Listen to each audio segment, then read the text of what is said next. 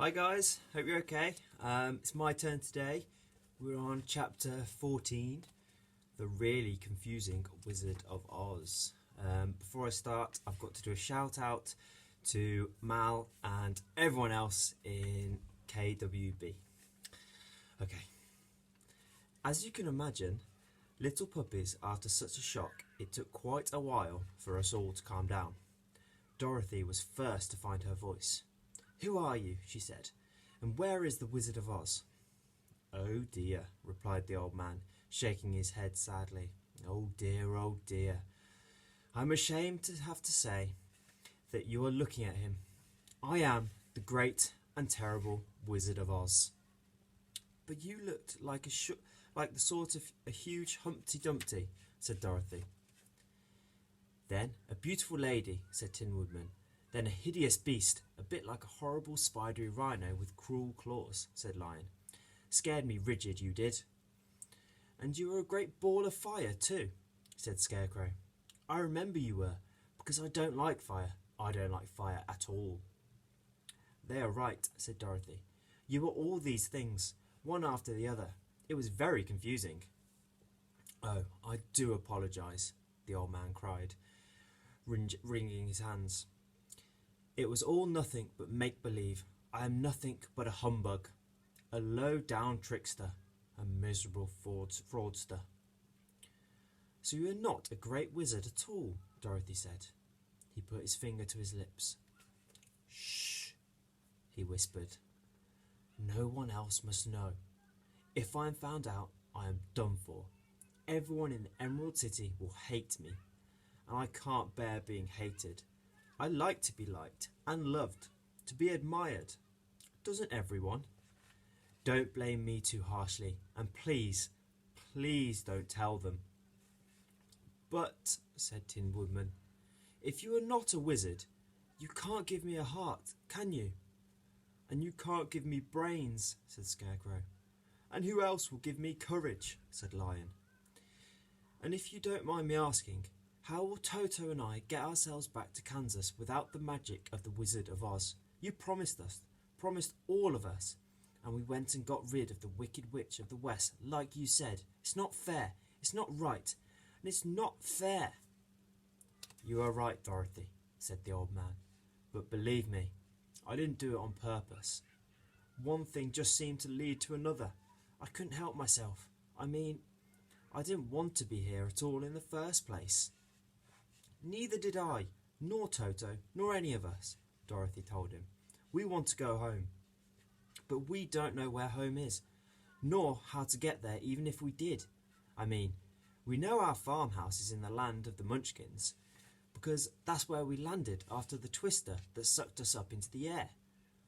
And then Dorothy told the old man all that happened to us since we landed, our meeting with Scarecrow and Tin Woodman, Lion, and all our adventures together.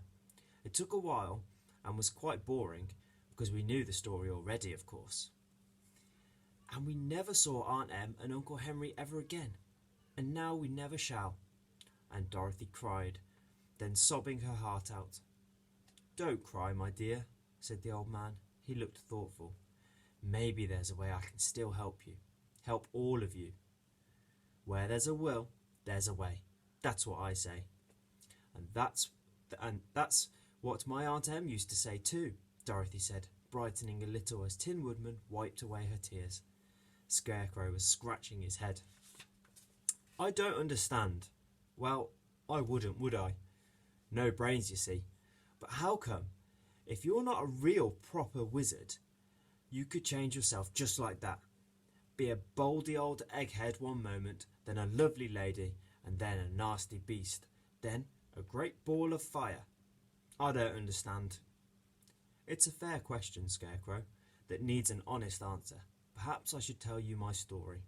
I think I owe you some explanation after all the trouble I have been to you," said the old man, who always spoke very politely. "Follow me," he went on, "and I will show you everything, tell you everything." We followed him through a curtain behind the throne, and there on the floor lay the great pearly white head he had last seen on the throne. "You see that wire up there above your head?" he said. I just clip that Humpty Dumpty head, as you call it, on the wire and hoist it up. Then I can pull the strings to make the mouth open and shut. It's just like a kind of puppet head, all made of wire and papier-mâché. That's all it is. And when I speak, I can change my voice, become a man or a woman or fearsome beast. And I can throw it too, make it seem as if the sound is very near or far away. You see, I'm a ventriloquist and an actor, a showman. He gave Dorothy a chair. Sit down, my dear, he said. This will take some time. I play many parts, he went on. The young lady, the beautiful one, was me in a mask and a long green dress, and of course with a different voice. The nasty spidery beast with the rhino's head was me too. There's the head on the chair over there. Somehow it did not look at all frightening on the chair. Look at all my costumes hanging up, dozens of them. I made them all myself. And the great ball of fire? My chef d'oeuvre, my masterpiece. It was simply a gigantic ball of cotton soaked in oil and set on fire. Then I just speak in a fiery sort of voice. It's easy when you know how. There they are.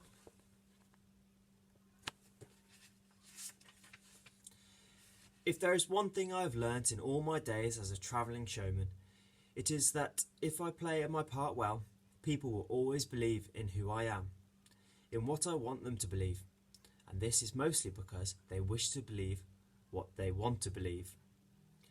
I only half understood that, said Scarecrow, scratching his head, and I'm not sure which half either. Do you come from these parts? Asked Tin Woodman. Oh no, not at all, the old man replied. Do I look green or blue or yellow? No. I come from Omaha, which is... In America, cried Dorothy. Where Kansas is, where we come from. How did you get here? Were you carried up in a twister like we were? Well, almost, you might say, he replied. I travelled to country fairs, rodeos and the like, doing quite well too. But I had taken my show on the road for years and years and was becoming tired of it all. Then, one day, I happened to be travelling along the road to my next country fair when I saw an air balloon flying overhead. I'd never seen one before. It landed at the very same country fair I was going to. I could not imagine anything more wonderful than to go up in such a balloon, to see the world from way up there. I had to pay to go up in it for the first time, but it was worth it. It changed my whole life. When I came down, I at once got a job as a balloonist assistant. Then, a year or two later, as a real balloonist. There's no better job in the world, believe you me. You're up there with the birds in your basket hanging from the balloon and flying over mountains and rivers and meadows. But then, one day, it all went a bit wrong. I was up there alone when the wind got up and the balloon started turning, whirling round and round, and soon the ropes that held the basket to the balloon became twisted.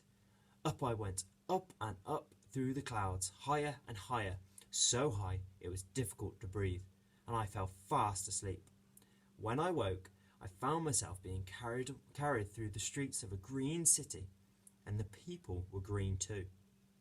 Everything and everyone was green. I was the only one who wasn't, so to them I was a wonder of the world.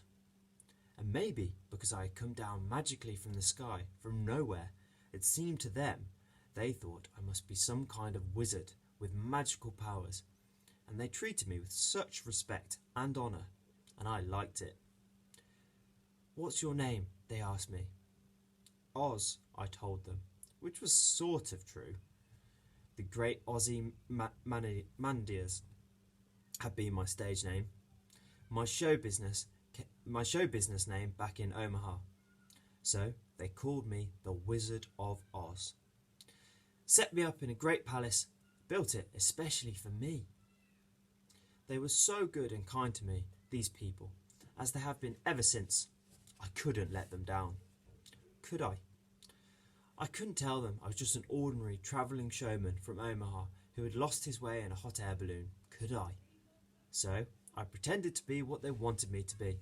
I used all the tricks I had learnt in the show business, all my skills as a ventriloquist, hid behind my mask and my costumes and my voices, and I promised I would use all my powers, the powers they believed I had, to protect them from the Wicked Witch of the East and her horrible, warty sister, the Wicked Witch of the West. She was the worst of all. They lived in fear and trembling of her especially, because she lived closer, which is why I tricked you into getting rid of her, which you did most successfully, surprisingly successfully. The real truth is that you, Dorothy, with the power of your red shoes and the golden cap you were wearing and the kiss from the good witch of the north, I can see on your forehead, you are much more a wizard than I am. I'm afraid I am just a selfish, vain and foolish old man who made you rash promises that I cannot keep.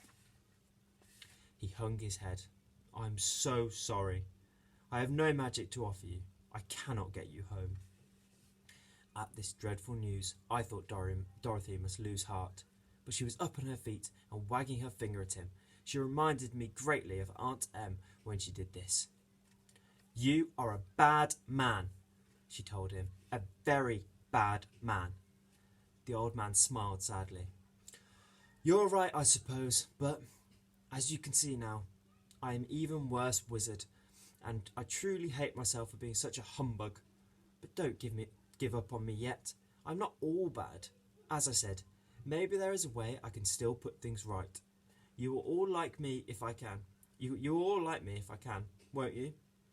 I do so like to be liked. Let me think about it overnight. Meanwhile, you'll be my honoured guests in the palace. Everyone will make sure you're warm and comfortable as you can be. And you have all you want to eat. But whatever you do, please don't tell anyone the truth about me. They would be so disappointed in me for being a humbug if I turned out not to be the great Wizard of Oz. So, we said goodnight to the Wizard of Oz, who wasn't a wizard at all, of course. All of us decided we liked him despite this, and all of us hoped that somehow, some way, he could make our wishes come true. I liked him because he tickled the top of my head in just the right place, and because he smelt of old clothes and pipe tobacco, just like Uncle Henry back home. Dorothy said, as we all lay down on our great wide bed that night, that we should look out the window, choose a star and make a last wish before we went to sleep. And she told us we should wish the best, not just for each ourselves, but more for each other, because we were all best friends.